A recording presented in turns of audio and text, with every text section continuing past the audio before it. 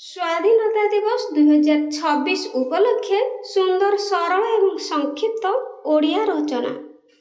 ସର୍ବପ୍ରଥମେ ଉପକ୍ରମ। ପ୍ରତ୍ୟେକ ବର୍ଷ ଅଗଷ୍ଟ ମାସ 15 ତାରିଖକୁ ଭାରତରେ ସ୍ୱାଧୀନତା ଦିବସ ଭାବେ ଅତ୍ୟନ୍ତ ଆନନ୍ଦ, ଉତ୍ସାହ ଓ ଗୌରବର ସହିତ ପାଳନ କରାଯାଏ। 1947 ମସିହା ଅଗଷ୍ଟ ମାସ 15 ତାରିଖରେ ଆମ ଦେଶ ଦୀର୍ଘ 200 ବର୍ଷର ବ୍ରିଟିଶ ପରାଧୀନତା ଜାଲରୁ ମୁକ୍ତ ହୋଇ ସ୍ୱାଧୀନତା ହାସଲ କରିଥିଲା। ଏହି ଦିବସଟି ଆମ ଜାତୀୟ ଜୀବନର ଏକ ସ୍ମରଣୀୟ ଓ ପବିତ୍ର ପର୍ବ। ଐତିହାସିକ ପୃଷ୍ଠଭୂମି।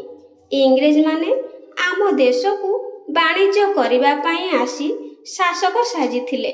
ଭାରତବାସୀଙ୍କୁ ଶୋଷଣ ଓ ନିର୍ଯାତନା ଦେଇ ସେମାନେ ଦୀର୍ଘ ଦିନ ଶାସନ କଲେ। ଏହି ପରାଧୀନତାରୁ ମୁକ୍ତି ପାଇବା ପାଇଁ ଅନେକ ବୀର ସଂଗ୍ରାମୀ ଆପଣାର ଜୀବନ ବଳିଦାନ ଦେଇଥିଲେ।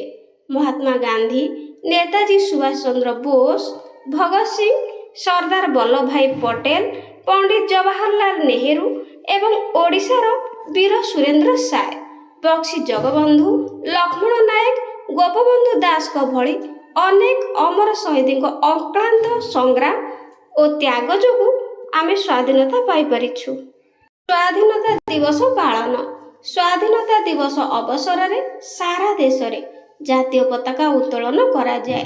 ନୂଆଦିଲ୍ଲୀର ଐତିହାସିକ ଲାଲକିଲ୍ଲା ଠାରେ ପ୍ରଧାନମନ୍ତ୍ରୀ ଜାତୀୟ ପତାକା ଉତ୍ତୋଳନ କରି ଦେଶବାସୀଙ୍କୁ ଉଦ୍ବୋଧନ ଦିଅନ୍ତି। ବିଦ୍ୟାଳୟ, ମହାବିଦ୍ୟାଳୟ, ସରକାରୀ ଓ ବେସରକାରୀ ଅନୁଷ୍ଠାନଗୁଡ଼ିକରେ ଜାତୀୟ ପତାକା ଉତ୍ତୋଳନ, ଜାତୀୟ ସଙ୍ଗୀତ ଗାନ ଏବଂ ସାଂସ୍କୃତିକ କାର୍ଯ୍ୟକ୍ରମ ଆୟୋଜିତ ହୁଏ। ଶିକ୍ଷାର୍ଥୀମାନେ ପ୍ରବନ୍ଧ, ବକ୍ତୃତା, ଚିତ୍ରାଙ୍କନ ଓ ଦେଶାତ୍ମବୋଧକ ସଙ୍ଗୀତ ପ୍ରତିଯୋଗିତାରେ ଅଂଶଗ୍ରହଣ କରନ୍ତି। ମହତ୍ତ୍ୱ ଓ ଆମର କର୍ତ୍ତବ୍ୟ। ସ୍ୱାଧୀନତା ଦିବସ କେବଳ ଏକ ଉତ୍ସବ ନୁହେଁ, ଏହା ଆମକୁ ଅତୀତର ତ୍ୟାଗ ଓ ବଳିଦାନକୁ ସ୍ମରଣ କରାଇଥାଏ। ଶହୀଦମାନଙ୍କ ପ୍ରତି ଗଭୀର ଶ୍ରଦ୍ଧାଞ୍ଜଳି ଅର୍ପଣ କରିବା ସହ ଦେଶର ଏକତା, ସାର୍ବଭୌମତ୍ୱ ଓ ଶାନ୍ତି ବଜାୟ ରଖିବା ଆମ ସମସ୍ତଙ୍କର ପରମ କର୍ତ୍ତବ୍ୟ। ଏକ ବିକଶିତ ଓ ସମୃଦ୍ଧ ଭାରତ ଗଠନ କରିବା ପାଇଁ ଆମକୁ ନିଷ୍ଠାର ସହ କାର୍ଯ୍ୟ କରିବାକୁ ହେବ। ଉପସଂହାର ବା ଶେଷ କଥା। ସ୍ୱାଧୀନତା ଆମର ଜନ୍ମଗତ ଅଧିକାର, କିନ୍ତୁ ଏହାର ସୁରକ୍ଷା ଓ ଅଭିବୃଦ୍ଧି ଆମର ଦାୟିତ୍ୱ।